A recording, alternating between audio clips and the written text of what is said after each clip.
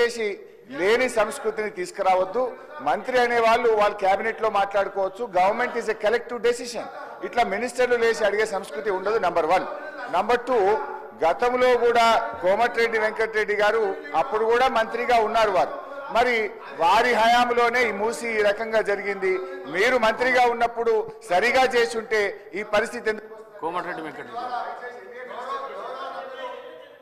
నేను హరీష్ రావు గారికి చెప్తున్నా, 21 సంవత్సరాల అనుభవం ఉన్న హరీష్ రావు గారు అడుగుతున్నా, మీకు ఎల్పీ లీడర్ లేడు, నువ్వు డిప్యూటీ లీడర్వా శాసనసభ్యునివా?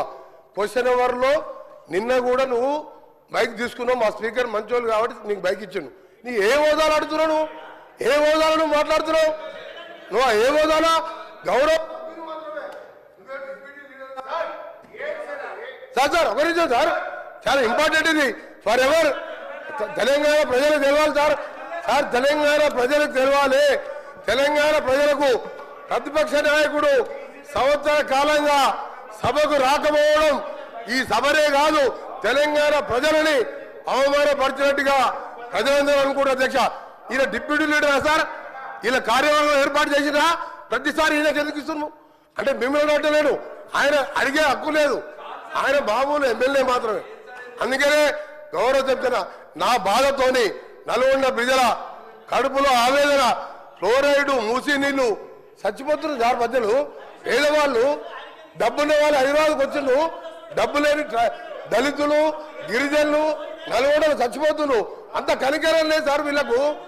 ఎస్ఎల్బిసి సొరంగం 70% పూర్తి చేసాం. ఇరిగేషన్ మినిస్టర్గా ఉండి ఒక్కసారి సొరంగం రాలే.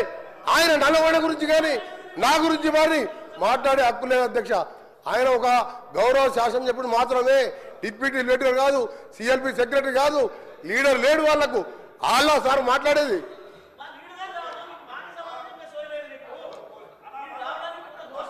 సార్, ఇప్పుడు ఈ రాష్ట్రాన్ని అతి ఎక్కువ కాలం పాలించింది కాంగ్రెస్ పార్టీ.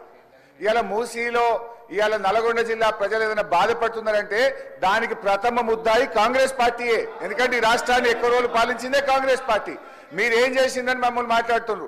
ఎస్ఆర్ఎస్పీ స్టేజ్ 2 పనులు పూర్తి చేసి కాళేశ్వరం జలాలను నల్లగొండ జిల్లా తుంగతుర్తి, సూర్యాపేట, కోదాడ ప్రజలకు అందించిన పార్టీ బీఆర్ఎస్ పార్టీ.